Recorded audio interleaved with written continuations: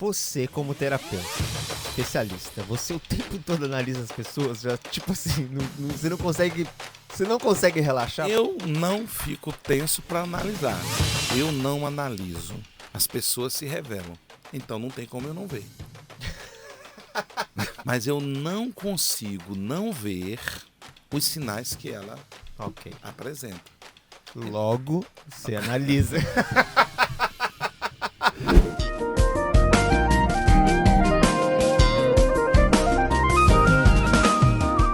Olá, seja bem-vindo a mais um podcast. Hoje eu estou aqui com o nosso convidado. Ele é autor de 43 livros. Ele é palestrante internacional, terapeuta, pastor, especialista em finanças. O cara tem MBA, a gente costuma falar que é o cabeçudo. Porque é de uma inteligência incrível. Tive a honra de passar agora à tarde com ele aqui apresentando Zurich. E agora está aqui conosco o nosso querido Dr. Júnior Santos. Seja bem-vindo. Muito obrigado, é uma alegria muito grande estar aqui em Zurich, na Suíça, revendo você, poder estar esse tempo junto e agora nesse podcast, é uma alegria. Não, o prazer é todo meu. Eu conheci, gente, hoje ele vai vir aqui como doutor, mas ele também é pastor. Eu fui em Lausanne, tocar lá na igreja do querido apóstolo Sidney Sintra. Um grande abraço pro pessoal de Lausanne. E eu o vi pregar. E aí eu fiquei admirado, fiquei impressionado de verdade, porque eu gosto de mensagem inteligente, que faz você refletir e tal. E aí depois a gente foi ali para um momento de mesa ali, que tava o Davi Sasser e tudo mais. E aí a gente ficou conversando até... Foi um tempo muito bom. Foi muito bom mesmo. Muito bom. Muito bom. E você hoje está aqui com 3 livros que a gente vai falar daqui a pouco deles também. Mas eu quero falar direto aqui ao ponto que a gente vai direto ao ponto aqui. Você é especialista em uma área que é inovadora no sentido de terapia, certo? Certo. Que é a TRG. Certo. O que seria a TRG? Terapia de reprocessamento generativo. Terapia é um conjunto de exercícios mentais e emocionais que trata de maneira cronológica, somática, temática, a mente de uma pessoa. Os seus traumas, suas dores, suas marcas, porque todo sofrimento ele pode ter um desses 3 níveis: dor, marca e trauma. Cada um tem uma profundidade diferente e naturalmente uma consequência diferente na vida, porque quando acontece uma dessas 3, ela fica alojada no inconsciente, gravado para sempre. Quanto tempo faz que ela existe, que é aplicada esse novo conceito, assim que a gente pode dizer? Perfeito. Há mais de 10 anos, o professor Jair Soares, ele é doutor em psicologia, e ele colocou em prática, ele vinha estudando há muitos anos, e chegou a essa conclusão de que aplicando esse conjunto de técnicas, a pessoa poderia, com algumas sessões, ficar livre da depressão, por exemplo. Algumas sessões, essa terapia ela tem prazo de validade, assim, tipo, em determinado número de sessões, aplicando essa terapia, eu consigo ter o resultado. Isso. Antes de começar, nós não podemos dizer exatamente quantas sessões a pessoa vai se ver livre da depressão. Ponto. Depende de cada caso. Depende da neuroplasticidade de cada um, depende da profundidade com que está o problema, mas como é uma terapia protocolar, um protocolo de exercícios, a gente consegue identificar uma quantidade de sessões que fazemos todo o tratamento. E dentro desse tratamento, a depressão, a pessoa pode se ver livre dela na 5ª sessão, na 8ª, na 10ª. E pela experiência, tanto o professor Jair, que após aplicar a TRG em 15 mil pessoas, que ele tornou ela pública. E foi quando começou a formar os terapeutas desde 5 anos para cá. Há 5 anos ele forma outros terapeutas. Agora, você é Soares, ele também é Soares. Isso. É coincidência, é isso? Não, nós somos irmãos. Ele é o meu irmão mais velho. Eu acompanhei a maneira com que ele amava os estudos desde pequeno. Gente, tava conversando com ele um pouco antes de entrar, e assim, eu já tô falando com o Júnior já tem um tempo. Ele sempre falava do Jair, é meu irmão, só que eu pensava que era no modo figurativo da coisa, né? Assim como a gente trata um amigo querido e tal. E aí, um pouco antes, né, vendo, né, estudando, pra gente até bater esse papo aqui, eu vi que vocês literalmente são irmãos de sangue. É verdade. É seu irmão mais velho. Exatamente. Apanhei muito por ele querer estudar e eu estar fazendo bagunça na sala, por exemplo. E aí hoje, como ele é o precursor, ele acabou te passando a mesma técnica e você é formado por ele nessa Exatamente. técnica. Eu sou formado por ele como especialista e tenho 5 especializações em casos graves, né? E além da TRG, eu tenho algumas outras formações, como psicopatologia clínica, psicologia forense, neurociência, neuropsicologia, psicologia da esquizofrenia, especialização em TDAH e autismo. Uau. Então, Você é um CSI? na verdade, a gente ajudou bastante gente, como também já ajudei alguém ser inocentado por uma acusação de um crime que a pessoa não cometeu. Você. Ó, o legal do. Eu sempre falo, esse podcast eu acho legal por isso, que às vezes acontece coisa que a gente. Ó, vocês estão vendo aqui, não tem o papel, né? Eu não gosto muito desse negócio aqui de papel, né? Até queria, para poder ser mais específico com o Dr. Júnior, ele nem me passou nada. Eu até falei, olha, manda algumas coisas e tal. Eu falei, bom, então vamos Muita aqui. correria, né? Acho que isso é legal também, Você ajudou a inocentar uma pessoa que ela não tinha cometido um crime. Sim. Isso foi o quê? Num tribunal? Ou como é que foi? Não, uma pessoa que sofria uma acusação de abuso e a pessoa me procurou desesperadamente, uma pessoa muito íntegra, e então eu fui fazer o reprocessamento com essa pessoa, que é acessar as informações inconscientes. Por exemplo, se eu estou conversando com uma pessoa e ela quer mentir para mim, é uma ação consciente. Ok. Ela está fazendo de propósito. Mesmo com uma das minhas especializações, leitura corporal, né, e comportamental, naturalmente, se tentar mentir, a gente vai descobrir. Porém, o inconsciente, as informações do inconsciente, a pessoa não consegue mentir porque você não domina o seu inconsciente. Então, com essa técnica, eu acessar o seu inconsciente, você acessar um determinado evento de sua vida, suas emoções vão ser mais fortes do que sua capacidade de mentir. Então você vai demonstrar que fez parte daquele evento, que estava presente, que estava ali, né? Como também uma atriz da Rede Globo que fez, sem querer falar mal de outra terapia, mas ela participou de uma terapia de hipnose. E o hipnoterapeuta disse, você foi abusada pelo seu pai. Aí ela disse, como assim? Sim, quando você era bebê você foi abusada. Então ela não tinha elementos nenhum para dizer que sim, E nem para dizer, nem para dizer que não. Só que no tratamento com ela, acessamos até o útero da mãe dela, onde é possível acessar e o inconsciente traz isso para o presente? Traz porque desde que a geração da criança, o inconsciente já se faz presente. Então ele capta tudo. Por exemplo, no caso dela, ela nasceu prematura porque a mãe sofreu um acidente de carro. E na hora do reprocessamento, ela somatizou exatamente a posição fetal e teve as mesmas reações que no dia do acidente. Com relação... E ela só descobriu esse acidente na terapia. Aí ela foi perguntar à mãe e a mãe confirmou. Isso não tem nada a ver com regressão? Não, absolutamente. Nada a ver. Porque a terapia de reprocessamento, o tempo todo você fica consciente. A regressão você fica inconsciente. Tudo aquilo que tira você da sua consciência ou é pecado ou não é benigno. Se você, inclusive, vê a tônica do que a Bíblia orienta sobre não se embriagar, irar e não pecar, você vê que isso tem a ver com a sua consciência. Você não pode perder a consciência, porque a consciência que é você.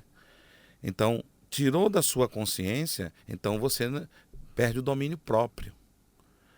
E Paulo, por exemplo, fala sobre o culto racional. Então tem que ser o culto consciente. Então, uma terapia que tira a sua consciência, então você está na mão do terapeuta. Como, e se esse terapeuta não for muito honesto com você, pode te arrumar um problema que você não tem. Que é o caso, Que é o caso que foi o caso dela, do dela. hipnólogo. E então, fizemos todo o trabalho de reprocessamento. Hora nenhuma, o bebê manifestou uma reação de quem foi abusada. E então, em muitas conversas, ela conversou com a mãe disse, olha, o seu pai sempre foi o homem mais correto, mais honesto, mais amoroso do mundo, sempre te defendeu, nunca houve brecha para esse tipo de coisa. E ela passou 3 anos com drama escondido, achando que o pai tinha abusado. Esse outro caso, hoje mesmo eu recebi uma mensagem desse empresário que tinha sido acusado pela ex-mulher de que abusou das filhas e tal. E na terapia ficou muito claro que ele não participou desse evento. E então ele conversou com a advogada me ligou, falei com ela falou com o pessoal do Ministério Público, eles me ligaram, eu falei, expliquei o que é a terapia e que, de acordo com a minha experiência, não houve nenhuma situação Eles dessa. acataram a sua opinião como... Eles levaram em consideração. Levaram em consideração. E aí o que fizeram? Foram conversar com a pessoa que estava acusando e ela reconheceu que era mentira. Caramba. Hoje, por coincidência, ele mandou uma foto com ele e as 2 filhas dele, eu mostrei ao pastor. Meu Deus. Ele disse, esse caso aqui é esse aqui. E foi um trabalho que desbloqueou muito a vida dele, ele prosperou muito depois disso. Então, ele está muito, muito feliz. Então, é uma terapia que realmente investigativa, que vai buscar realmente traumas que você viveu e até esqueceu, porque uma das funções do seu inconsciente é fazer você esquecer para não sofrer. Então é realmente muito, muito interessante. Qual que é a grande diferença da terapia tradicional para a TRG? Vamos lá, terapia tradicional de diálogo, por exemplo. Quando a gente está dialogando, o diálogo só acessa a nossa mente consciente. Porque tudo que eu vou falar, eu estou consciente do que eu estou falando. Perfeito. Eu estou consciente do que eu estou ouvindo. Está tudo dentro do nosso controle aqui. Só que a nossa mente consciente é só 5% de todo o processo mental. 95% da nossa mente é a mente inconsciente.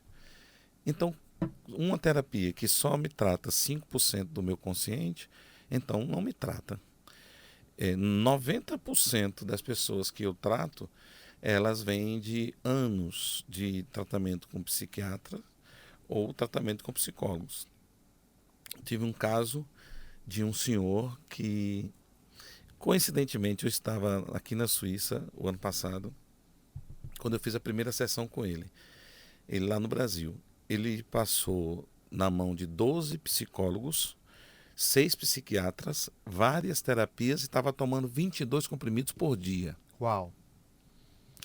Ele babava, assim, alguém segurava na mão dele, parecia um louco, assim, uma pessoa que já estava entregue na vida. Depressão profunda. E nós começamos a terapia com ele e tudo que encontramos era traumas, dores e marcas do passado que, neste caso, ele não lembrava de maneira consciente. Então, quantos anos ele passou procurando remédio, quantos anos ele procurou psicólogos, que aqui vai um alerta. A terapia TRG é uma terapia complementar, ela não se choca com a psicologia, porque a psicologia tem a sua função.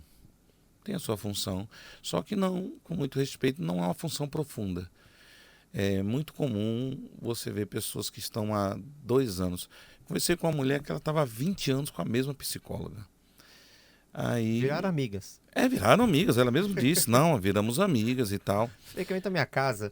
Aí eu disse, olha, a pessoa que mais durou como minha paciente foi essa atriz da Rede Globo, que durou 22 sessões. 22 sessões. Só. Normalmente, em média, quantas sessões você faz? Em média. Pela minha experiência, hoje, entre 12 e 15 sessões, qualquer trauma é dissolvido, qualquer mente é reprogramada. Chancela de garantia. Garantia, pelo menos dos últimos 1000 casos que eu atendi, 1 ou 2 eu precisei mais de 15. Perfeito, perfeito. Porque é uma terapia protocolar. De maneira protocolar, nós vamos passar, toda a sua vida regressa, a limpo, vamos eliminar, dissolver os traumas e vamos, de maneira cronológica, depois de maneira temática, de maneira somática. Então, é um trabalho muito bem feito que quando termina não sobra mais nada para tratar. Vamos então tentar aqui fazer aqui, porque assim, eu sempre tento buscar a visão de quem está assistindo e ouvindo tudo isso pela primeira vez, né? Sim. Vocês como terapeutas, vocês falam isso com a maior naturalidade. É. Eu como professor, eu tenho que entender para eu poder aprender. Perfeito. Então você tem um protocolo, uma receita que você segue, Sim. certo? E qual que é a receita? Básica, A receita básica, o protocolo de atendimento, certo? é um conjunto de exercícios mentais e emocionais que fazemos de maneira cronológica, de ano a ano, desde o ventre da sua mãe até hoje, Ok. eliminando todas as dores, que é isso que é importante. Quando você sofre qualquer situação na sua vida, fica acumulado no inconsciente. O inconsciente é um depósito de emoções, Ok. que tem regras diferentes da mente consciente. A mente consciente tem passado, presente e futuro. Por isso que às vezes uma raiva passa, uma tristeza passa, uma decepção passa. Por que passa? Porque tem passado na mente consciente. Só que na mente inconsciente não existe passado. A mente inconsciente é outra regra. Ela é atemporal.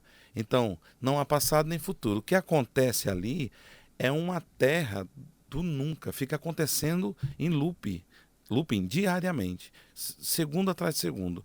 Isso quer dizer que o trauma que você teve na infância, ele está acontecendo nesta hora na sua mente inconsciente. Toda vez que eu lembro. Qualquer situação, seja cheiro, seja cor, seja iluminação, seja situação parecida, qualquer coisa que se pareça com algum elemento daquele dia, vai disparar um alerta chamado gatilho, e aí o inconsciente fornece o que você sentiu naquele dia, vamos supor, fornece um medo para que você se proteja do que está acontecendo, do que vai acontecer a seguir. Porque o gatilho é isso, é você achar que vai acontecer de novo. Mesmo que você esteja num ambiente seguro, mas o sentimento é esse. O sentimento é esse. Né? Eu atendi Acaba que eu não respondi. Maneira cronológica, Ok. depois maneira temática, que são 5 temas que uma criança não pode ser exposta, que é medo, vergonha, rejeição, manipulação e abandono. Para você ter ideia o quanto é frágil o emocional de uma criança, até 7 anos de idade, se você atrasar meia hora para buscar na escola, a criança vai se sentir abandonada. E a criança não existe processo. O que ela não existe a mente da criança não existe passado nem futuro. Por exemplo, você pode dar um grito com a criança, ela fica com medo, mas daqui a pouco ela vem para o seu pé de novo, porque ela não gravou aquilo. Se você sair numa viagem daqui para outro país de carro, nós vamos para outro país, vamos. Quando dobra a esquina, ela já pergunta, tá chegando? Porque a criança não tem processo de tempo. Então, tudo para a criança tem que ser agora, e o agora é para sempre. Por isso que a criança chora tanto quando você diz não, porque ela acha que aquele não será para sempre. Então, se você atrasa meia hora e deixa uma criança na escola só com a professora te esperando, todo mundo foi embora, a criança tem uma sensação de que foi abandonada. E como o agora é para sempre, ele acha que nunca mais você volta. E a prova está quando você chega para buscar, ela corre, te abraça e diz, pensei que você não vinha mais. É praticamente, claro que eu não estou comparando, viu? Porque a internet você sabe como que é, né? Mas assim, é praticamente um cachorrinho. Sim. Criança... Então ótimo, o terapeuta concordou comigo. Não veio querer me cancelar, não. Né? Porque eu chego em casa e meu cachorro parece que, nossa, ele até falta de ar. Ele falou, nossa, é amor tanto, não. Porque ele fica, tadinho, né? Fica em casa sozinho, ele acha que eles não vão voltar. Então a criança, ela acha que aquilo era para sempre. Então criou o registro do abandono. Se for muito repetitivo isso, o abandono é uma dor. Se repetir, vira uma marca. Se for um tempo longo e ela sentir algum medo de verdade, que tiver uma situação que ela ficou sozinha mesmo, não tinha ninguém por perto, aí cria um trauma. Tem uma intensidade. Tem intensidade. Ok. É medo, são dores Marcas e traumas. Por exemplo, se você bater na minha mão, vai ter uma dor. Ok. Se você pegar um estilete, uma faca e riscar meu braço, aí cria uma marca. Mas se você pegar uma marreta e quebrar meu braço, aí é um trauma. É um trauma. Tanto é que quando a gente quebra o osso, pelo menos no Brasil, o hospital chama-se hospital de trauma. Perfeito. Porque o trauma do osso traumatizou, quebrou. E o trauma é uma quebra de lógica psíquica. Qual é a lógica psíquica? Nós estamos aqui num prédio super seguro, fechado, nós combinamos de passar umas horas aqui conversando, e então a lógica é que daqui a algumas horas a gente termina, a gente vai embora e tal. Então a lógica é que está tudo bem. Mas se de alguma forma chegar alguém aqui que a gente não esperava, armado, botar arma na nossa cabeça, quebrou a lógica, e isso vai gerar um trauma. Entendi. Então o primeiro passo do protocolo é De maneira cronológica, eliminar os traumas. Aí o segundo passo Maneira temática. E o terceiro passo? Somática. Que é aquilo que o seu corpo absorve das suas emoções. Coceira, dores, tique nervoso, fibromialgia, por exemplo. Por causa de um trauma, gera essas... Gera. É a somatização do emocional. A ciência já explica que câncer, por exemplo, está inteiramente ligado à raiz de amargura. Eu já ouvi falar sobre isso muito. Agora uma pergunta, antes da gente ir para o próximo passo, né? Vamos aqui junto aqui. Você fez o primeiro ponto ali cronológico, certo? Sim. Você tratou desde a infância. Sim. Quando você vai para o temático, você volta para os pontos desde a infância, agora tratando de uma forma diferente, é isso? Ou não? De maneira temática, de maneira geral. É quando você lembra do que aconteceu. Eu fui abusado. Ou eu levei uma surra muito forte. Ou eu tive um medo muito grande. Tudo que é ruim, o inconsciente fornece. E aí você vai reprocessando e vamos zerando. Em alguns casos, a gente quando vai no segunda volta do ponteiro, o reprocessamento temático, vamos reprocessar o medo. Aí se naquele fato que você reprocessou, também havia um medo. Aí você vai lembrar daquilo. É possível que você sinta alguma coisa, mas será infinitamente menor do que você sentiu a primeira vez.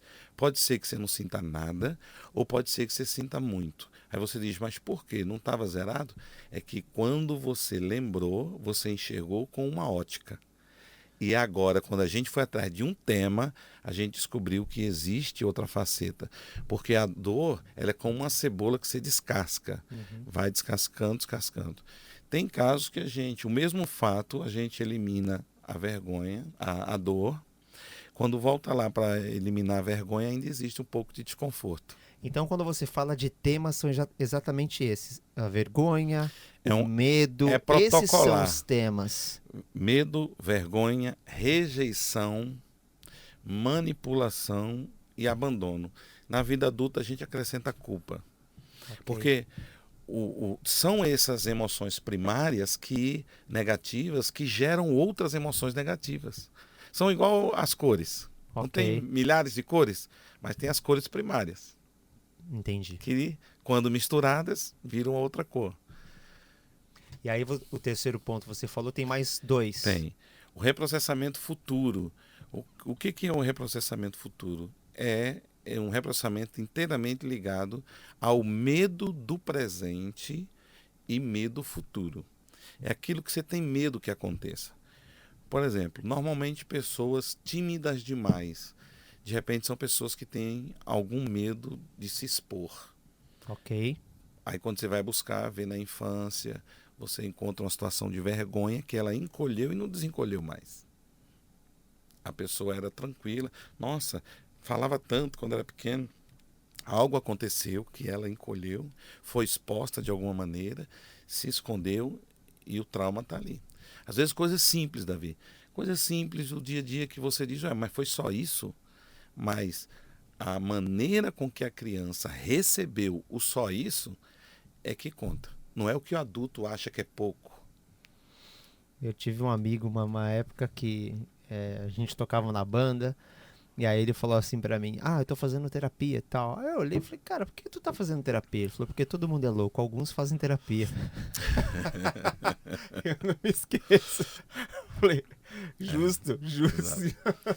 Então essa terapia, por exemplo, existe uma coisa fantástica que as pessoas precisam saber. Tudo aquilo que você tem muito medo que aconteça, provavelmente vai acontecer. E por que isso? É uma lei de atração? Com os americanos, né, eles gostam de mudar os nomes das coisas, mas é como uma lei da atração Eu mesmo. não Mas posso ter por um medo de motivo, ganhar dinheiro? Se eu ficar com medo de ganhar dinheiro, minha conta bancária vai. né? Seria bom se fosse assim, né? Ai, pavor de ficar milionário. Exatamente. Que na verdade, vamos lá. Eu gosto de explicar de maneira popular. Certo. Eu também gosto de explicação assim. Isso. Perfeito. Por exemplo, suponhamos que você está andando descalço em casa. Dificilmente você bate o dedo midinho em algum lugar. Agora, se você tiver com o dedo midinho inflamado, foi jogar bola, rasgou o dedo midinho, tiver inchado, doendo, vai acontecer duas coisas. A primeira, você vai tomar mais cuidado Claro. com aquele dedo. E a segunda é que mesmo tomando mais cuidado, você vai bater mais. E por quê? O medo. Por A causa explicação do é a medo. seguinte: quando você está com o dedo midinho tranquilo, você anda em casa e quem protege o teu dedo midinho é tua mente inconsciente que te protege como uma peça inteira. Então o teu inconsciente, quando você está andando, você não está percebendo e está calculando peso, velocidade, distância, profundidade, altura. Ele está calculando tudo e inconscientemente você anda sem bater. Porque está sendo protegido pelo inconsciente, que é o especialista em te proteger. Agora, quando o teu dedo está magoado, que você tem medo de bater, você tira essa proteção da mente inconsciente e traz para a proteção para a mente consciente. Que é mais vulnerável. Vulnerável, não é? Qualquer coisa distrai ela. Ok. Ela não é ok. especialista. Então, às vezes olhando para o pé, tirando o dedo para ninguém bater, você bate em alguma coisa, até mesmo na hora de estar se protegendo. Porque exatamente você não tem, a mente consciente não tem a especialidade de proteger. É a mente inconsciente. Então, por exemplo, né? Eu sou músico, Poxa. ok. Tem uma frase que eu aprendi, eu trago isso e levo para as minhas aulas, que é: o treinamento gera o hábito e o hábito gera a excelência. Eu não sei quem foi que disse isso, eu preciso pesquisar. Quero ver se o raciocínio bate. Quando eu estudo muito uma coisa e eu acabo dominando ela, essa habilidade vai para minha mente inconsciente? Vai para sua mente inconsciente. Só que o treinamento traz a confiança. Okay. E a confiança. Gera o hábito. Não, a confiança tira o medo. Confiança tira o medo. Por exemplo, se uma pessoa vai para uma prova com medo de não passar, provavelmente ela vai. Porque o medo é um fator que mexe. A confiança está na inconsciência. Está na mente consciente. A confiança, ela é algo consciente. Algo consciente. Lembre-se, que inunda a mente inconsciente. Ok. Agora, o medo, ele tira as coisas para o seu domínio consciente. Por exemplo, você quando está com medo de errar, você presta muita atenção em tudo. Sim. Coisa que você fazia tranquilo, já que está com medo de errar, você agora... Você é super preocupado com tudo. Olha o estresse que isso gera e está mais suscetível a erro. Né? Por exemplo, uma outra forma de explicar bem humorada, bem popular. Vamos supor, você tem um celular velho. Ok. Você já está acostumado com esse celular, já inconscientemente, você já pega ali, já põe ali, na hora de sair, já sai, já liga e tal. Você não tem aquele medo de perder esse celular. Agora, se você, vai lá, compra um celular top, caríssimo, cheio de prestação, você vai sair da loja com medo de perder aquele celular. O que vai acontecer? Você vai tomar mais cuidado com ele, proteger mais, cuidar mais. Quando você entrava no carro com o velho, você jogava no console. Agora com o novo você põe entre as pernas, que é para estar tocando nele o tempo todo, tá sentindo que ele está ali. Então, esse cuidado consciente, acontece uma coisa. Esse medo, Uma das funções do inconsciente é te fazer feliz. Ok. O inconsciente percebeu que você perdeu um pouco de felicidade por causa do medo. O medo é uma preocupação que impede a felicidade. Por exemplo, uma pessoa está descontraída, gera felicidade. Tá Certo, bem. justo. Agora, uma pessoa com medo de alguma coisa, sempre tem aquela preocupaçãozinha. Ok. Aí o inconsciente pensa assim, caramba, o Davi estava tão tranquilo, entrou naquela loja, saiu com um celular novo e ele agora está com medo. O inconsciente pensa assim, vamos ajudar o Davi a ser feliz, poxa. Então, como o inconsciente não tem valor econômico, não tem valor espiritual, moral, não tem esses valores, que esse valor está tudo na mente consciente, o que é que o inconsciente faz? A única coisa que o inconsciente, o único valor dele é emocional. Ele quer te proteger e quer te fazer feliz. Pronto. Então tá bom. Peraí, vamos ajudar o Davi a perder o medo. Então eu te pergunto, se você tem medo de perder um celular, qual a maneira mais rápida de você perder o medo de perder o celular? Se livrando do celular. Perdendo o celular. Ele deveria ter valor monetário, gostei. O inconsciente podia calcular, né? Aí o inconsciente não, ele vai perder, ele vai ficar chateado e tal, mas isso aí passa. Agora o medo, enquanto ele tiver esse celular, ele vai ter medo. Não, Então o inconsciente vai trabalhar de uma forma para que você perca o celular. você falando dessa forma, você assistiu o filme Divertidamente? Já. É genial, porque assim, a forma que você fala, parece que realmente tem ali uma cabine de comando Exatamente. e tal. Eu É. assisti agora o Divertidamente 2, inclusive recomendo pra vocês aí, assista esse filme, porque é um estudo, como é que eu posso dizer? Simplório, de uma maneira que você consiga entender melhor Sim, isso que você está sim. explicando, né? Exato. E por mais que você está explicando de uma maneira mais popular, sim. né? Mas Divertidamente é justamente isso, né? Aquele desenho, aquele filme é É fantástico. genial, é genial. Porque é assim que funciona. As emoções são acionadas, né? Então, assim, e na vida, se eu tenho medo que algo aconteça, um medo excessivo, é porque isso tem alguma relação com algo que aconteceu na minha vida. Todo medo. Todo medo excessivo. Todo medo excessivo. Porque eu posso ter medo, talvez, de algumas coisas que. Normal. Normal. Todo medo excessivo está ligado com alguma coisa.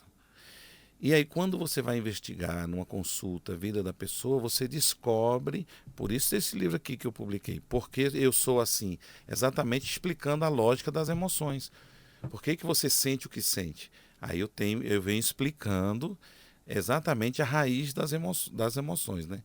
Então, essa questão do medo, você atrai porque inconscientemente você vai estar... eu tenho outra maneira de enxergar. Se tem alguém querendo entrar na casa, a gente se esconde, a gente que é o responsável por proteger a casa, a gente se esconde embaixo da cama ou a gente vai ficar olhando pela porta?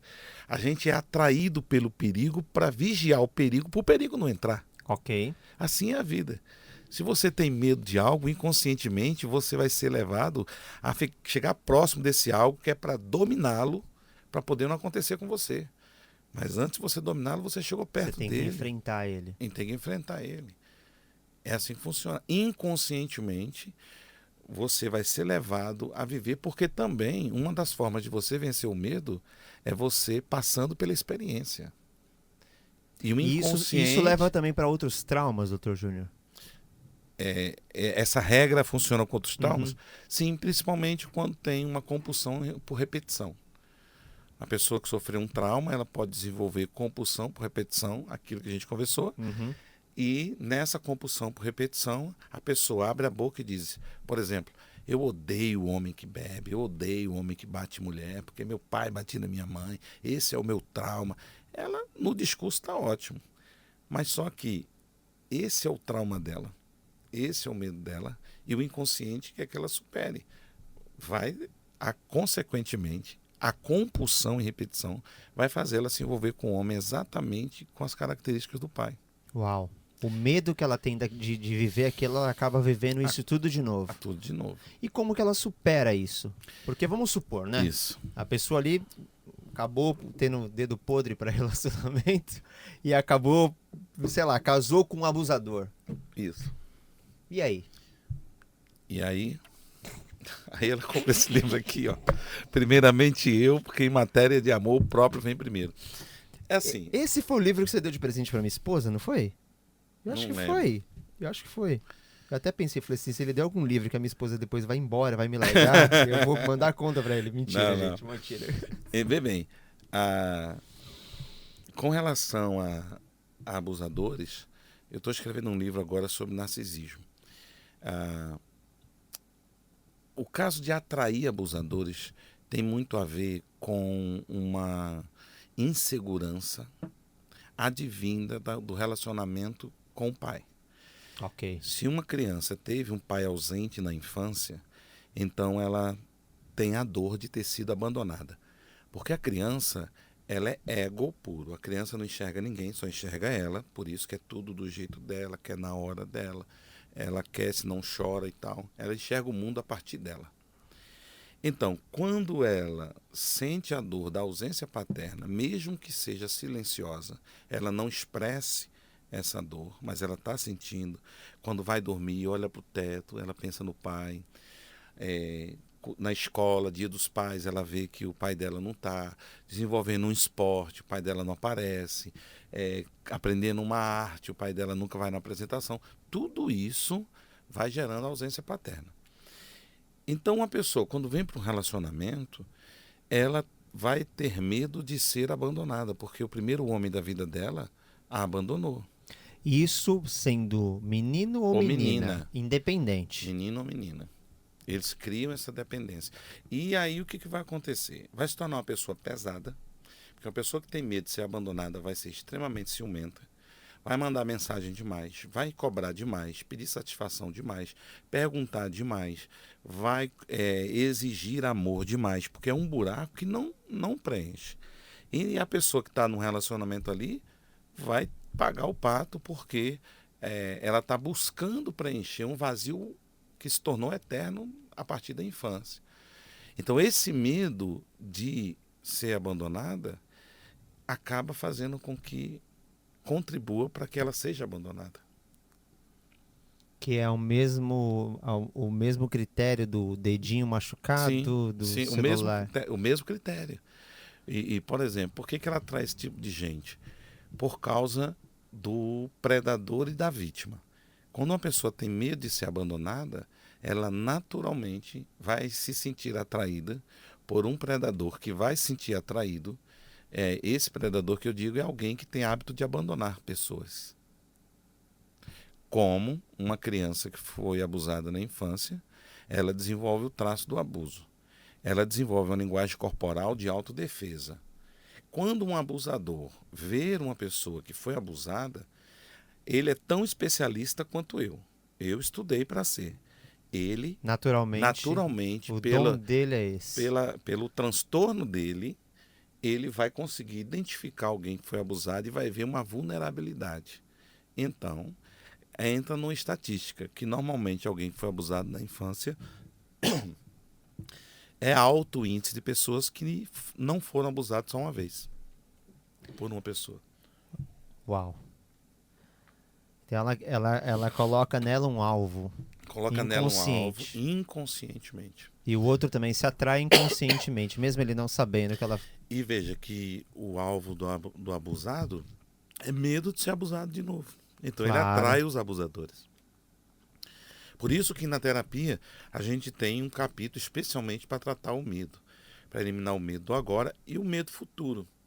Por exemplo, uma pessoa que tenha medo de algo do futuro, isso vai interferir no tipo de vida que ela tem hoje. Ok.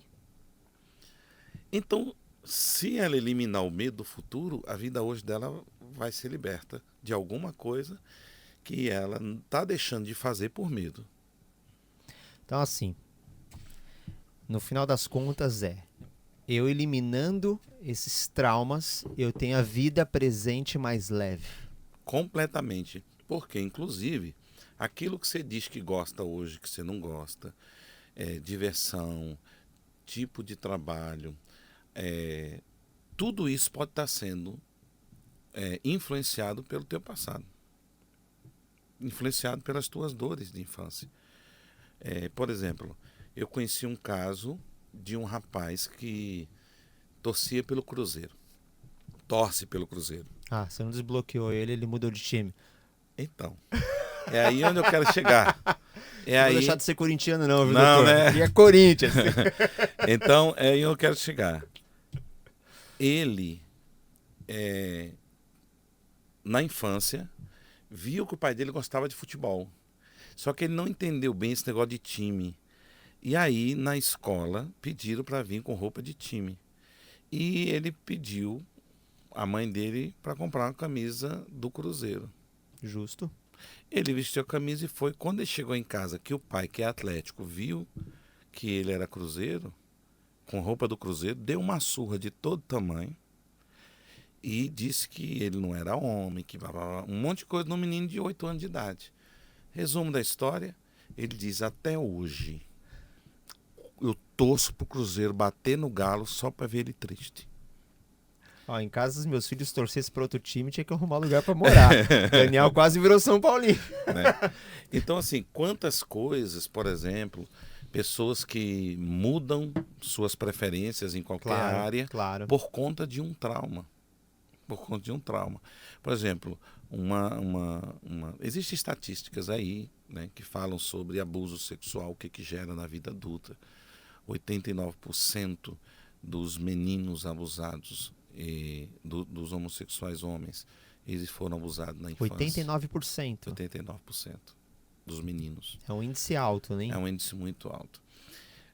Então, assim, tudo na nossa vida, às vezes, é mudar de país. Tem gente que não tem coragem de mudar de país, tem gente que não tem coragem de ir para um novo emprego, tem gente que não tem coragem de abrir o seu próprio negócio, porque viu o pai que quebrou e sofreu muito e tal. Então, todas essas questões, essas vivências da vida, pode gerar marcas, dores ou traumas que vão influenciar em todo o percurso da minha vida. Ele carrega isso e não consegue ter um presente leve ou viver coisas extraordinárias. Exatamente. Por causa desses traumas, desse peso. Exatamente. A terapia tem a função de reprocessar, eliminar tudo, porque a partir do momento, explicando mais cientificamente essa questão, quando você tem um trauma, você muda o caminho natural das vias neurais da sua mente, do cérebro. Então, o que isso quer dizer? Quer dizer que as informações de um neurônio para o outro, nós estamos aqui, então eles estão passando informação para o outro e tal. Mas na hora que entrar alguém armado aqui e a gente tomar um choque, é como se a gente tivesse com o carro caminhando aqui, dirigindo aqui, e viesse uma Scania e batesse, jogou o carro lá para o outro lado.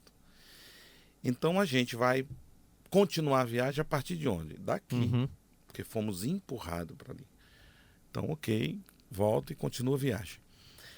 Toda vez que a gente entrar naquela rua, mentalmente falando, a nossa mente, o nosso emocional, ele vai lembrar do que aconteceu da última vez que eu passei aqui.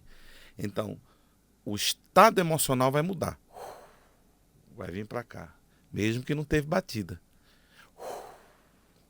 Você vai sentir parte do que sentiu naquele dia.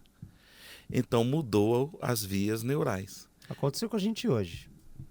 Diga. A gente saiu daqui, a gente foi dar uma volta em Zurique, aí quando chegou na esquina ali, eu falei pra você, o carro não chegou a morrer, mas eu não engatei. O que aconteceu ali? Eu sofri um acidente de moto. Exatamente. Tá aí a prova. Toda vez que eu paro ali, não é que eu tenho medo, eu sei que não vai acontecer. Sim. Mas assim... É inconsciente. É inconsciente. Exatamente. Eu ainda tava brincando, e aí eu coloco o carro no neutro, o meu carro automático. Sim. Tem necessidade alguma de eu colocar ele no neutro. Sim, isso é verdade. Da viagem inteira foi só ali que eu coloquei. Quando eu fui sair, o carro voltou. Eu falei, ixi, esqueci de engatar a marcha. Exato. Porque mudou o teu sistema emocional de alguma forma. Então, isso aí é o gatilho, isso aí é você voltar de lá. Então, no reprocessamento, a gente apaga esse caminho Quando elimina a dor, porque é a dor emocional que te tira do eixo. A gente elimina a dor emocional e você reaprende a andar aqui. Sem trauma, sem dor, sem marca. Aí a tua vida que estava sendo, teus emoções estavam sendo influenciadas pelo teu passado de dores, não havendo passado de dores e nenhum registro, que é isso que acontece, então agora nós vamos criar um novo caminho. Mesmo que você lembre daquilo que aconteceu, Não, que você não vai esquecer de não nada. quer dizer não é amnésia. Você vai lembrar e não vai ter absolutamente nada.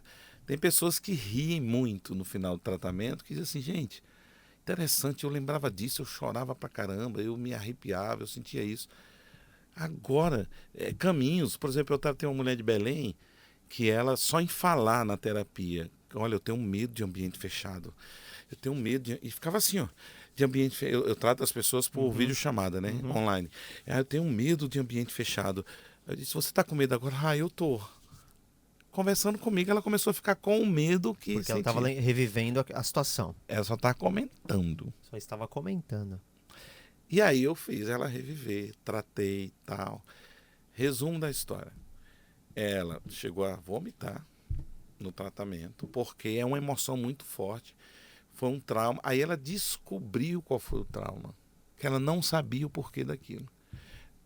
A mãe dela ela é do interior, ia para Belém fazer compra. E tinha um ponto que era perigoso. E a mãe não confiava levar ela. E aí chegou numa loja, deixava ela numa loja com uma pessoa. Teve um dia que a mãe dela atrasou. A pessoa disse, eu vou ter que fechar a loja. Você quer esperar do lado de fora ou aqui dentro? Espera aqui dentro. Aí a pessoa baixou as portas. Quando baixou as portas, a pessoa, em vez de ficar lá dentro com ela, ficou lá de fora esperando a mãe dela. E ela lá dentro sozinha. Então, a partir daí, ambiente fechado. Então, Bruno, fizemos ela reviver isso, eliminou tudo. Aí, ela ficou totalmente liberta do trauma, né, tratada, e estava com medo de testar. Aí, eu tratei 7 pessoas na família só, por causa de um luto da mãe e tal. E aí, eu liguei para a irmã dela e disse, olha, chama tua irmã para sair, manda entrar numa loja aí que ela está com medo e tal. E aí ela foi, entrou na loja, saiu. Aí ela disse, eu quero ir na loja fechando. Ela não entrava mais loja? Não entrava mais em loja, elevador, nada disso, avião, nada disso. Lugar fechado para ela jamais. O trauma da loja fazia com que ela não entrava em lugar algum fechado. Lugar algum. Por quê? Fechou o ambiente, aí o inconsciente remonta aquele trauma. Poxa, eu tive um maior trabalho para trazer minha mãe aqui no passado, você tinha que ter conversado com ela. Minha mãe não viajava de avião nem que a vaca tussa, também não entrava em elevador e navio. Eu falei, mãe, não tô entendendo, a senhora nunca viajou de avião. Por que a senhora tem medo? Exato. Nunca andou de navio, por que tem medo? O elevador tudo bem. Mas ano passado ela venceu o medo, encarou o medo e veio. Exato. Você quer ver uma coisa? Eu atendi um ex-lutador de boxe lá de Portugal, que ele estava com depressão e tal. E dentro da nossa conversa, ele disse, eu só durmo de luz acesa. 52 anos de idade. Eu disse, mas por quê? Ele disse, eu não sei, eu não consigo apagar a luz. Eu disse, mas tem tempo? Ele disse, não, desde pequeno. Eu disse, então a vida inteira dormiu de luz acesa? E aí eu fui fazer o reprocessamento com ele. Ele lembrou, o inconsciente forneceu o dia do trauma. Com 2 anos de idade, uma barata voadora entrou na camisa dele. E aí alguém deu a brilhante ideia, apaga a luz que ela vai embora. Só que a barata estava dentro da roupa. Apagaram a luz, o menino ficou no corredor sozinho, gritando. E criou um trauma. Gerou um trauma. Resultado, a partir daí ele não pôde mais apagar a luz na hora de dormir, que ele ficava desesperado. Aí eu perguntei, tá, mas hoje com 52 anos, você acha que uma barata vai entrar no seu quarto? Ele disse, não. Hoje, a impressão que eu tenho é que quando eu apagar a luz, todos os inimigos que eu fiz ao longo da vida estão embaixo da cama, prontos para me matar. Uau!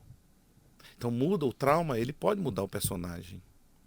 Ele muda o personagem. A raiz foi a barata. Mas a lógica é a mesma. Não pode apagar a luz que alguém vai me pegar. O inimigo vai me pegar. Que louco isso. Exatamente. Que louco isso. É muito, eu pego muita gente que sabe o porquê, que sabe do trauma, Mas não sabe tratar dele? Não sabe. Mas muita gente só sente, mas não sabe o porquê, qual é a raiz e tal. Então, quando a gente tira o medo, elimina o medo, a gente faz o reprocessamento de potencialização, que é exatamente, a gente usa um mecanismo do próprio inconsciente. A gente o tempo todo trabalha com as regras do inconsciente, porque ninguém muda o inconsciente. Você tem que utilizar as regras dele contra ele mesmo, ou contra as dores que estão ali dentro. Né? Por que a gente reprocessa? Faz relembrar, reviver, ressentir, reestruturar o psiquismo e resolver. Porque o inconsciente é desta forma que ele elimina um trauma, até de maneira natural. Se uma pessoa tem sofre alguma questão, sofre um atropelamento, ou viu alguém matar alguém, ou levou um susto, durante alguns dias ela vai ficar revivendo essa cena. Esse reviver a cena, isso não sai da minha cabeça. É o inconsciente, sozinho, tentando reprocessar a cena para eliminar aquele desconforto emocional. É como uma carne dura que a gente mastiga para amolecer, para dissolver. Ok. Só que no inconsciente, quando tem coisas leves que ele dissolve. E mesmo tendo sido desagradável, não virou um trauma. Agora, tem situações que ele não consegue dissolver, mas para te liberar, para viver a vida, que uma das funções dele é te fazer feliz, ele esconde aquela memória e esconde todo o sentimento negativo que tem naquela memória.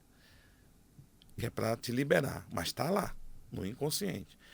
E aí, toda vez que você chegar perto de uma situação parecida, vai disparar o gatilho de proteção. Na verdade, quando você sente medo de que vai acontecer de novo, e essa emoção ruim que você sente é o inconsciente dizendo, se protege. Pode acontecer de novo o que aconteceu naquele dia. Uma vez a pessoa passando por esse reprocessamento, ela perde esse medo. Perde porque elimina a raiz. Elimina a raiz. Elimina totalmente. E quer saber? Existem lembranças que são traumas que são tão dolorosos que a lembrança dele, danifica o cérebro. Uau. Eu tratei um psicólogo lá de Belo Horizonte. Ele veio em Vitória, onde eu moro, para poder se tratar. Fizemos a primeira consulta presencial, mas eu disse, não precisa ficar aqui, pode voltar. E você, ao voltar, a gente vai fazer online. E ele usava crack. Ele tinha consultório, tinha uma clínica. E fizemos o reprocessamento dele. Quando terminou, ele disse, está acontecendo uma coisa aqui que eu não achei que fosse possível. O que é? Ele disse, eu não consigo lembrar do dia que eu usei crack. Ele passou alguns anos usando. Ele lembrava, olha, por exemplo, eu consigo lembrar que ele é uma pessoa homossexual. Então ele disse, eu e o meu namorado fomos comprar, entramos no carro, eu consigo lembrar, compramos a droga, viemos para o meu apartamento, subimos no apartamento, quando eu saio do elevador, que entro em casa, eu não consigo me lembrar usando a droga. Uau. O psiquismo eliminou essa memória de tão danosa que ela é para o ser humano. E acabou o desejo de usar crack. Que incrível, que incrível, que incrível. As pessoas hoje falam muito da PNL, né? Uhum. A PNL, ela usa algumas técnicas para que você consiga imaginar uma situação diferente. Uhum. Basicamente, seria o que a PNL faz. Não. Não. Não. Isso aí PNL, é basicamente certo? o que a PNL faz. Perfeito. Né? Poxa, sei lá, eu tenho, sei lá, que seja o medo de barata. Sim. Então você imagina a barata, e agora você imagina você diminuindo a barata e tal. Agora imagina você esmagando a barata e puf, a barata sume. A grosso modo, né? O pessoal de PNL, gente, não sou terapeuta não, só sou curioso. Basicamente, a PNL é isso. Sim, Mas o tratamento que você faz, ele é mais profundo ainda. totalmente. Por quê? As dores, as memórias que estão no inconsciente, a mente consciente não resolve. E PNL é mente É consciente usar a total. mente consciente para poder eliminar, para ressignificar alguma coisa. Ok. A ressignificação não elimina a dor. Por exemplo, se você aqui, vamos supor, me der um tiro e eu começar a imaginar que foi um buquê de rosas, isso não vai me levar para o parque com você, vai me levar para o hospital. Porque eu posso imaginar o que for, eu levei um tiro. Então, a mesma coisa é um trauma. Qualquer ação do consciente no inconsciente, para sugestionar o inconsciente, ela tem que ser, se houver cabimento, depois de eliminar o trauma. O trauma não aceita, entenda, os seus valores morais, éticos, espirituais, econômicos, sociais, patriarco, são valores que estão na sua consciência. O seu inconsciente não tem a regra com que ele funciona é diferente do consciente. Não tem valores lá. Então não tem opinião, não tem uma. Vamos enxergar de forma diferente. Imagine que foi diferente. Não existe isso no Ele é inconsciente. categórico. Ele é categórico, é um depósito de emoções, E é um ponto. registro e ponto. Que tá lá, tá lá. Ele registrou em memórias e dores, como duas colunas. Quando você acessa a memória, se tiver num ambiente seguro, ele fornece a dor. Vou te dar um exemplo. Tratei uma pastora que há 20 anos, ela testemunha para todo mundo que ela viu o pai matar a mãe e perdoou o pai. E escreveu o livro e dá testemunho para todo mundo que conseguiu perdoar o pai. Ok. Entrou em depressão, não sabia o que era, veio para o tratamento. Quando nós chegamos para tratar o trauma do pai matando a mãe, a mulher desabou em choro e passou horas chorando e passou quase 5 sessões sem sair daí. A gente eliminando, remoendo, para eliminar de tão densa que estava a emoção ali. Agora você diz, mas espera aí, por que ela pregou, testemunhou em várias igrejas por quase 20 anos e ela, quando falava, não sentia nada? Não, porque o consciente, o inconsciente, via que ela não estava, ela criou uma história, criou no sentido de ela, evangelicamente falando, como cristã, ela perdoou o pai. Eu acredito que ela perdoou.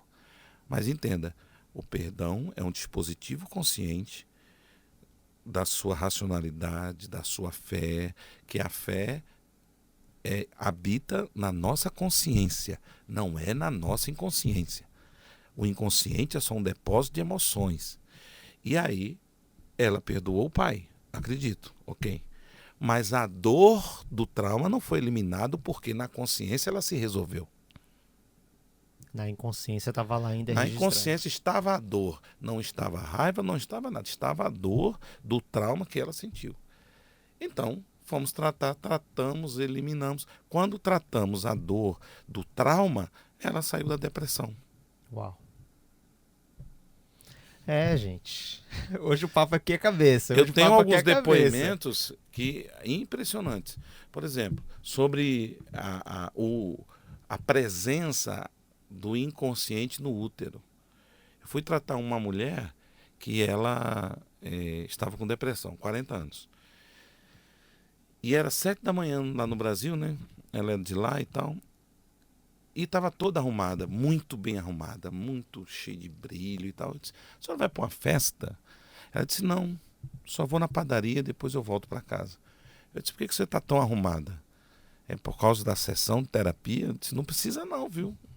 Aí ela disse, não, é porque eu só saio de casa bem arrumada, de salto alto, vestido longo. Eu disse, então você é extravagante. Ela disse, sou. Eu disse, por que você é extravagante? Ela disse, porque eu tenho a sensação de que eu não estou sendo notada pelas pessoas.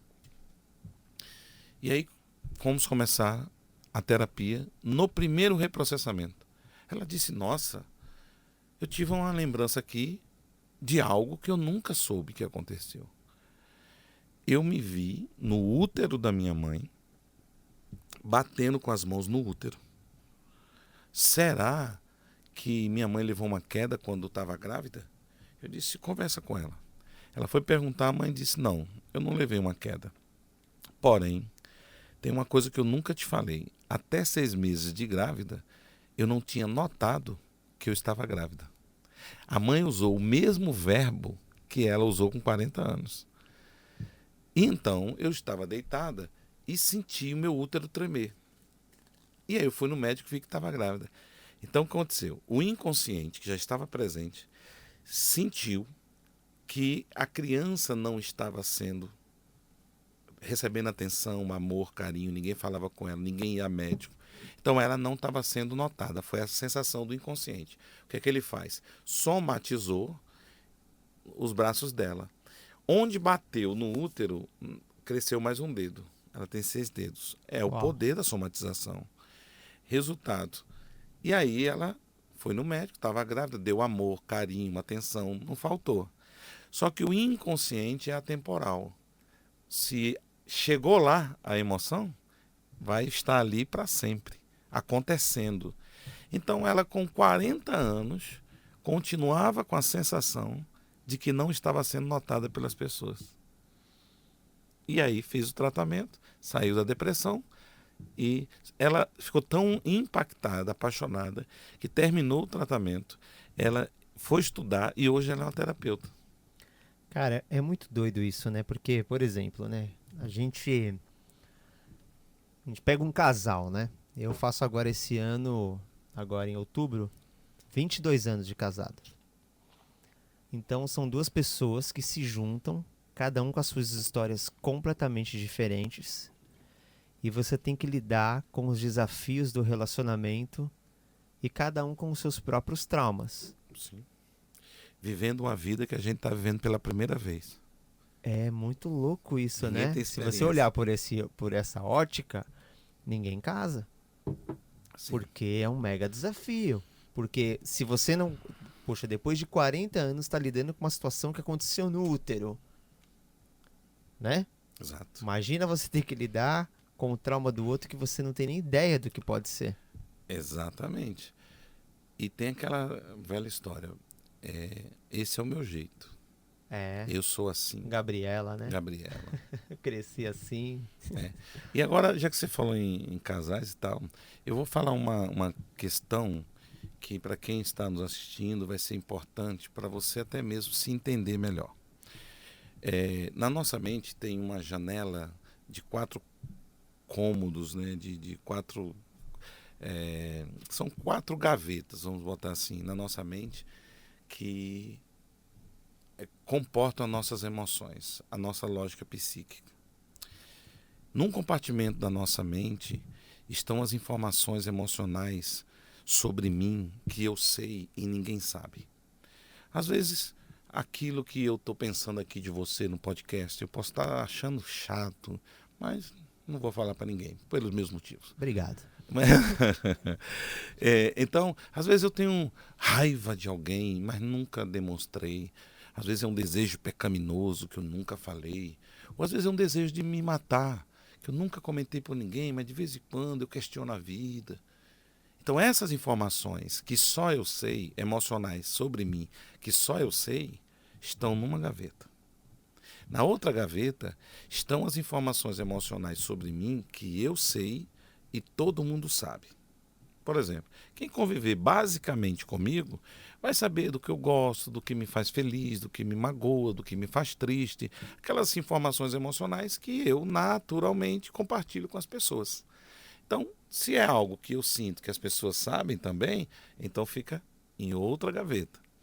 Depois tem as informações emocionais sobre mim que nem eu sei sobre mim, que nem eu sei e nem ninguém sabe. Veja, primeiro tem uma informação sobre mim que eu sei, a outra eu sei, todo mundo sabe, a terceira nem eu sei, nem ninguém sabe. Por exemplo, teve a Boate Kiss lá no Rio Grande do Sul, no Brasil. Uhum. Pegou fogo. Pegou fogo e tal. O palco e o banheiro eram próximos. E a porta de saída era lá atrás. Se fizessem um questionamento antes de começar o show. Olha, se tiver um fogo pegando no palco e o banheiro do lado, vocês correm para o banheiro ou vocês correm para a saída? 100% ia dizer saída. Ok. Porque o banheiro é do lado do fogo. Uhum.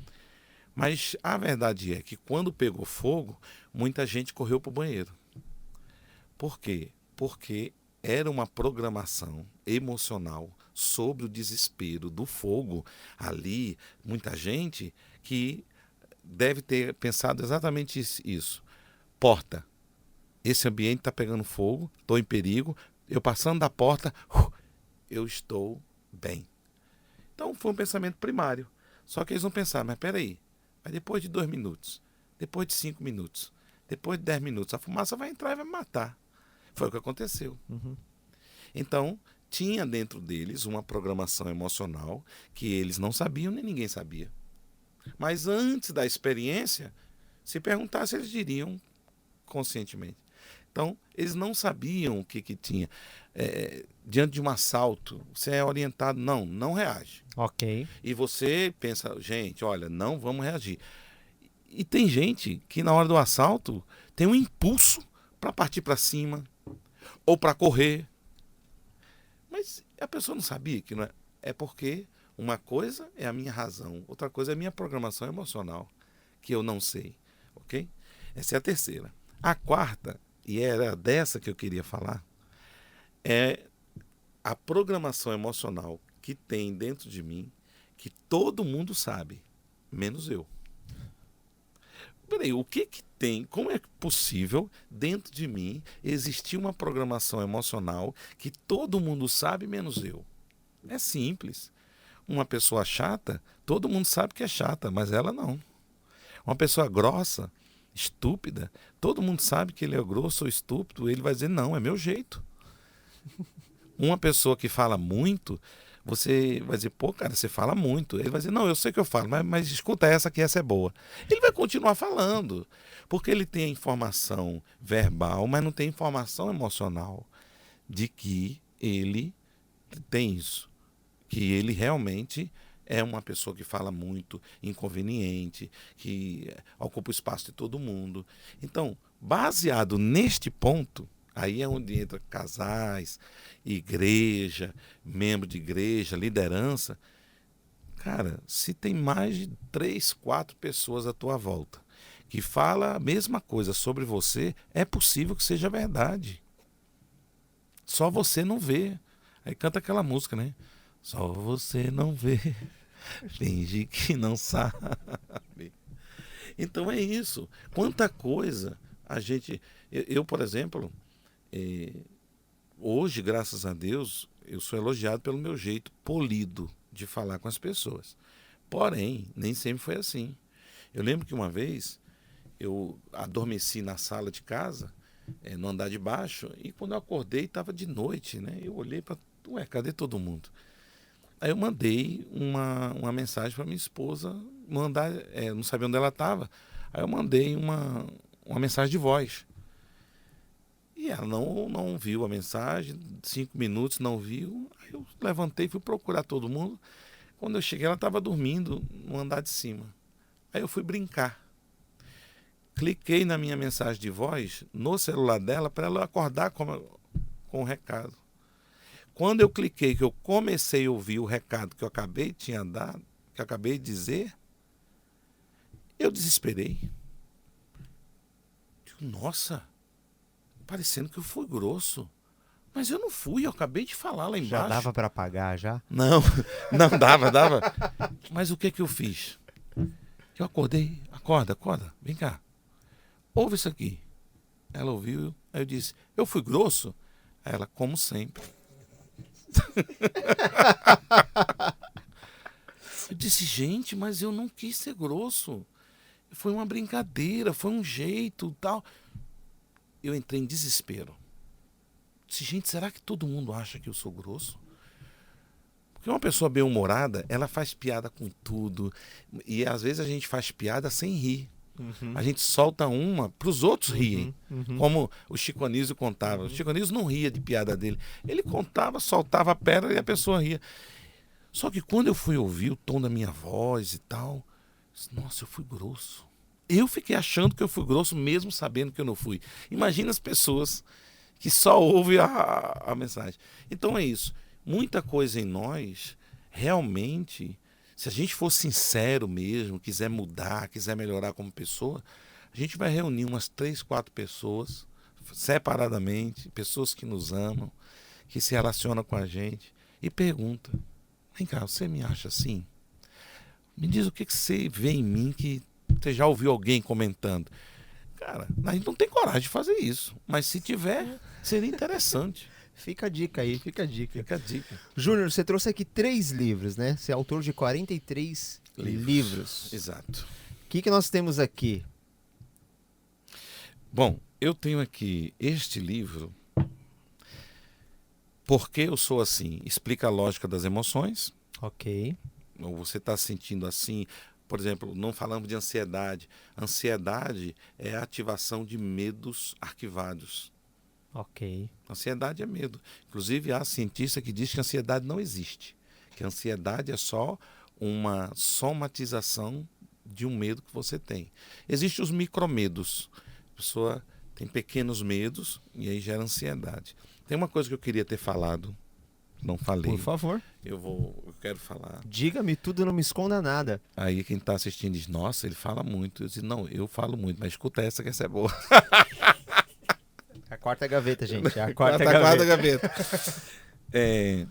Muita gente hoje em dia fala assim: ah, nossa, eu estou com transtorno de ansiedade, eu estou com transtorno disso, transtorno daquilo. E eu gosto sempre de explicar uma coisa: o que é transtorno, o que não é transtorno, né? É como, por exemplo, a diferença de transtorno emocional para um transtorno de personalidade, né? Um transtorno emocional, ele só é um transtorno se houver 3 critérios preenchidos. O primeiro é frequência. Ah, porque eu tenho transtorno de ansiedade. Aí eu pergunto: quantas vezes por semana você sente que está ansioso? Uma vez por semana. Ah, quando vai chegando o fim de semana. Então não é um transtorno, porque não tem frequência. Ah, de 7 dias, 5 dias eu fico ansioso. Já tem frequência. Tá. Agora o segundo critério: quando você sente essa ansiedade, é leve ou é elevada? Não, é elevada. Então é o segundo critério, chama-se intensidade. Para ser um transtorno tem que ter frequência, intensidade e terceiro, perda. O que você já deixou de fazer por causa dessa ansiedade? Ah, eu deixei de me apresentar, eu deixei de dirigir um culto, eu deixei de sair com a família, eu faltei à escola, eu deixei de fechar um negócio. Se você perdeu algo por causa desse transtorno, somado à frequência e à intensidade, então já tem os 3 e o diagnóstico está fechado. Você tem um transtorno de ansiedade, né? Como também é importante diferenciar transtorno emocional e transtorno de personalidade, né? Transtorno emocional, depressão, medo, fobia, tem fobias que também pode ser classificado, mas ansiedade, transtornos de emoções que não vêm há muito tempo com você, então são emocionais. Agora, transtorno de personalidade, psicopatia, narcisismo, borderline, todos são transtornos da sua personalidade. Para os transtornos emocionais, tem cura. Para o transtorno de personalidade, tem tratamento, que é uma diferença. Porque um narcisista, por exemplo, ele é uma criança de 3 anos de idade, só que com superpoderes, que agora ele tem dinheiro, ele tem autoridade, ele é marido, ele é pai, ele é comunicador, ele tem o poder de um adulto, mas o seu emocional é de uma criança de 3 anos, egoísta, que ela tem que brilhar, ela tem que ser o primeiro, tem que ser ela, e ele não suporta ver alguém brilhar. Por exemplo, estamos 4 pessoas, 5 pessoas conversando sobre o Davi Cabral. Quando eu vi de você, por exemplo, foi o Davi Sasser, né? Eu já ouvia falar teu nome, mas nunca te conheci pessoalmente. E Davi Sasser, quando você esteve lá, a gente se conheceu, se cumprimentou e tal. Aí ele falou, você sabe quem é esse cara aí?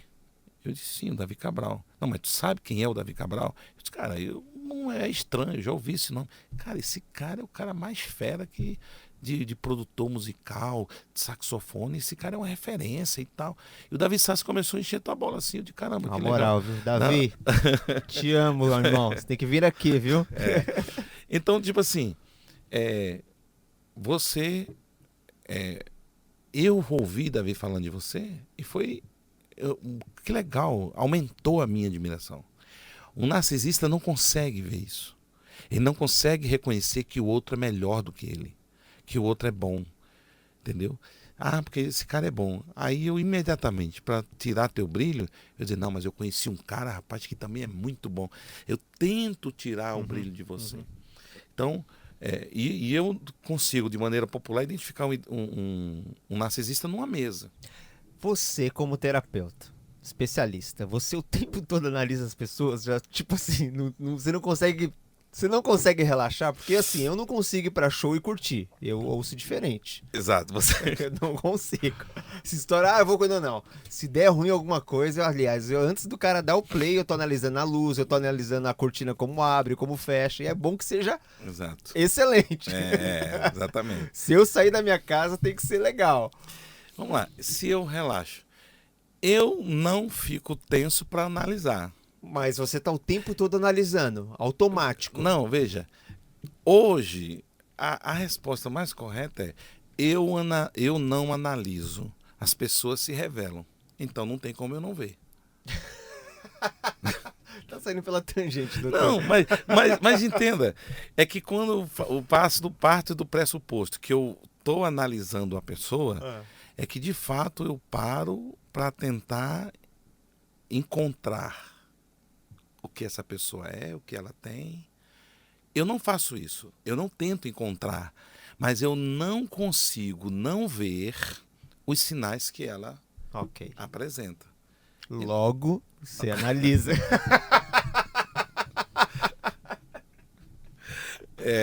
Você está me analisando durante esse podcast. Meus números de sessões vão aumentar. Vão aumentar agora. Falou, olha, depois do final de semana, acho que tem que ter umas 30 sessões. Mas é uma pergunta boa, porque muita gente já me falou isso. Tipo assim, às vezes uma pessoa tá falando e eu tô só calada, ouvindo a pessoa falar. Você não tava analisando. Não, às vezes eu tô só educadamente ouvindo. Daqui a pouco a pessoa, nossa, já você tá me analisando, né? Eu digo, não, minha filha. Aí eu tenho uma brincadeira que é bem básica, assim. Eu disse, olha, analisar pessoas é o meu trabalho, você não tá me pagando. Então, por favor, eu não quero trabalhar de graça. Não quero. Teve uma época na igreja que, quando aconteceu algum erro, as pessoas me olhavam. Exatamente, para ver se você estava... Para ver se eu tava... E aí, o que eu comecei a fazer quando eu ia tocar? Eu olhava pro relógio, porque o relógio ficava entre a parte de baixo e a galeria. Então, se eu olhasse para o relógio, eu não estava olhando nem para quem estava embaixo, nem para quem estava... Então, quem estava tocando do lado, se errasse, olha, eu estava olhando pro relógio pleno. Exatamente, exato. Eu fazia isso quando eu comecei a pregar. Eu não olhava pro povo, eu olhava... talvez para a última pessoa, né, no início, com insegurança. Mas era por causa de insegurança. Insegurança, 19, 20 anos de idade. Começou cedo. Foi. Foram alguns anos aí ministrando, alguns anos ministrando. Então, assim, um outro livro que a gente não falou é Desbloqueando o Seu Potencial e Superando os Seus Limites. E o reprocessamento de potencialização é isso, é potencializar o que tem aí dentro. E uma coisa louca que acontece depois de um reprocessamento é que, uma vez que o teu inconsciente estará livre de todo registro negativo, a gente precisa colocar alguma coisa ali. E a sua mente não sabe discernir a diferença de imaginação e fato. Ok. Então, uma mente limpa, se você criar algo, ela vai ser ocupada como registro de que aquilo aconteceu. Ó, isso aí já é assunto para mais um podcast, hein? Isso aí vai se tornar o padrão do que você vai viver a partir daí. Antes era padrões de dores, agora é um padrão Uau, positivo. uau. Você não falou desse aqui também, ó. Primeiramente eu. Muita gente me criticou porque falamos rápido, né? Até que acho que é esse é, aqui que você deu pra isso. Cissa de presente. Primeiramente eu, muita gente diz assim, nossa, como primeiramente eu? Eu tenho algumas definições.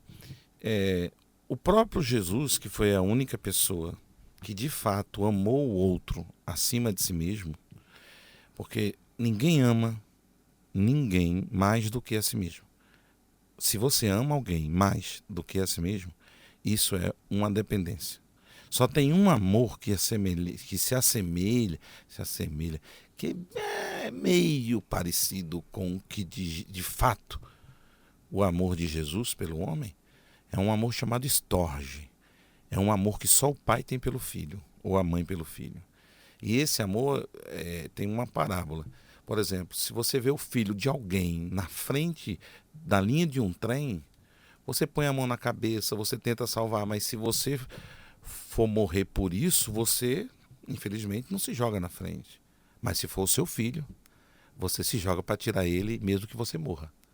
Então, é o amor estorge, é um amor de pai para filho. Então, é um amor que você é capaz de dar vida pelo seu filho. Uhum. Então, esse é o único caso de que você pode amar o outro mais a si mesmo.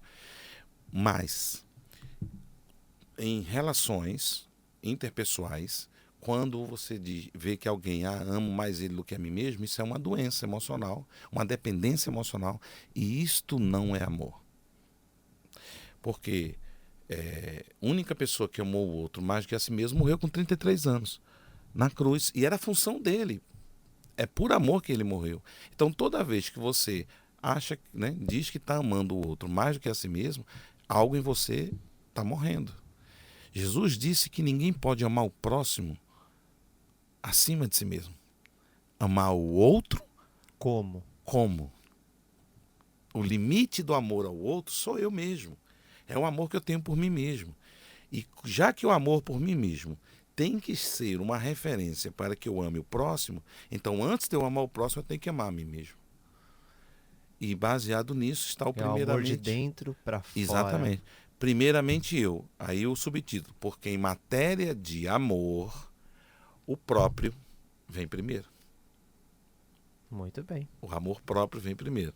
E esse livro ensina a você identificar pessoas abusivas, se libertar delas, reconstruir a vida, se libertar de narcisistas. E eu termino esse livro com uma frase muito interessante.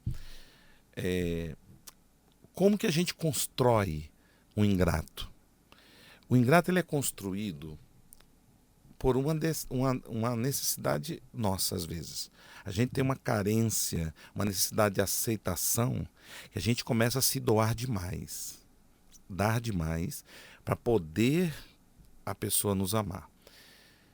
E na escala emocional, a corrupção do emocional de outra pessoa na gratidão está assim: você dá algo para alguém, ela não agradece, ou simplesmente diz obrigado, mas não te retribuiu em nada,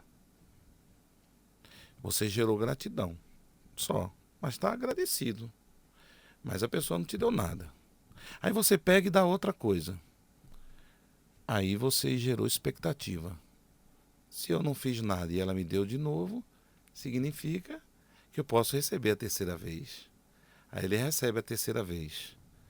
Aí, quando ela recebe a terceira vez, você gera nela a certeza de que você vai receber, vai dar a quarta. Não fiz nada e ela me deu, você dá a quarta.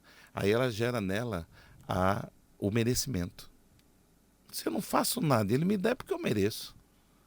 E aí você dá a quinta vez. E aí você gera nela a dependência. Ela agora depende daquilo porque já virou um costume.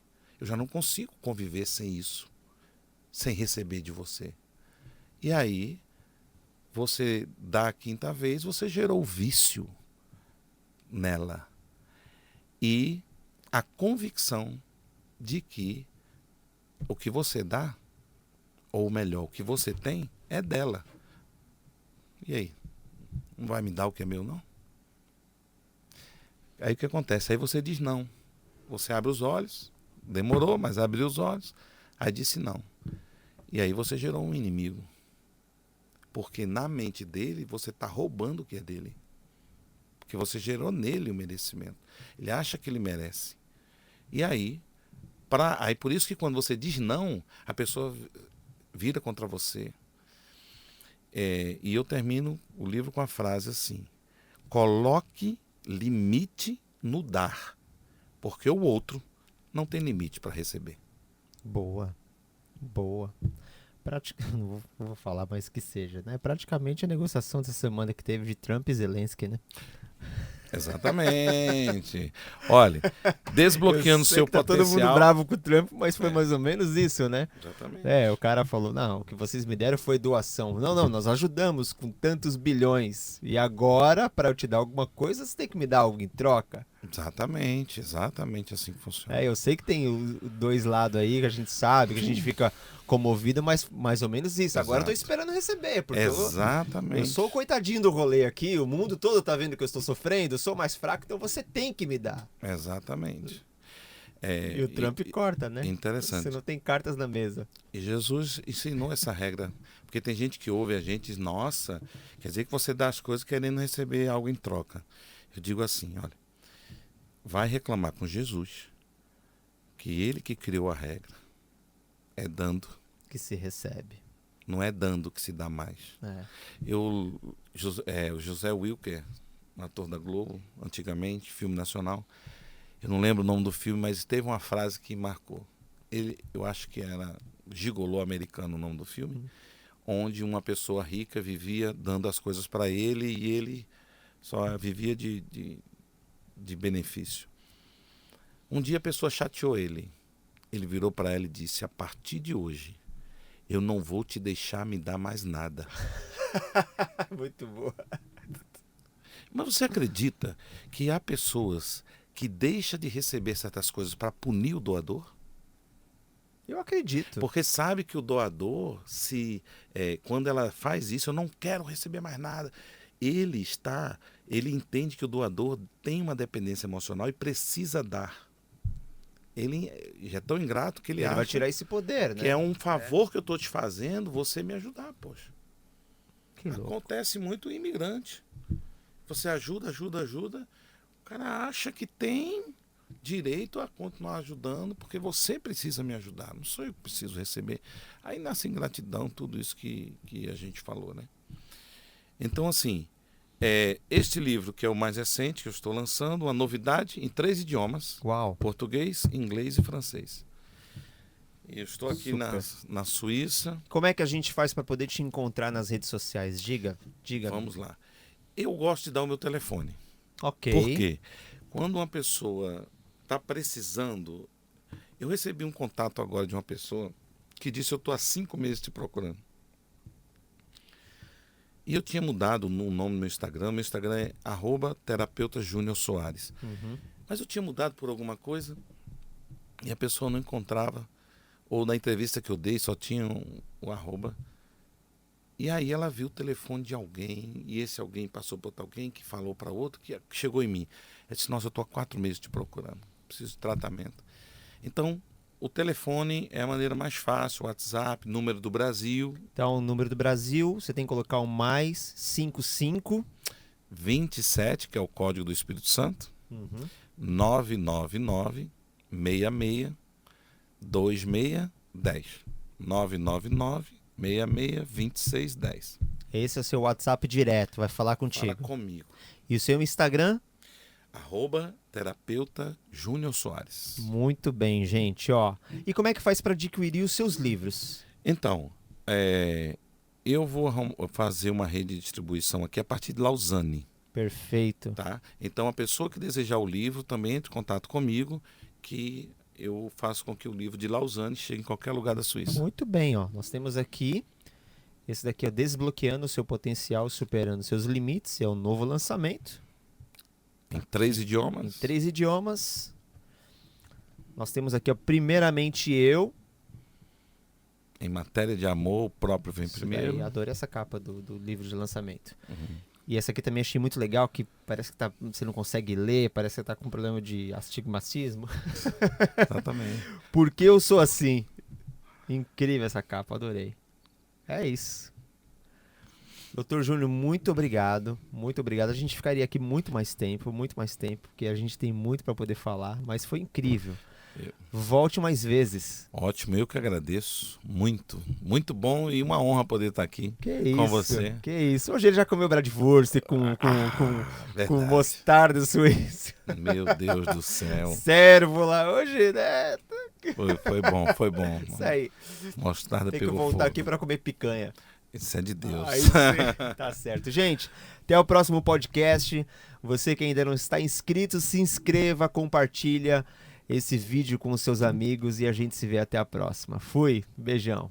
Obrigado. Obrigado a você, meu amigo.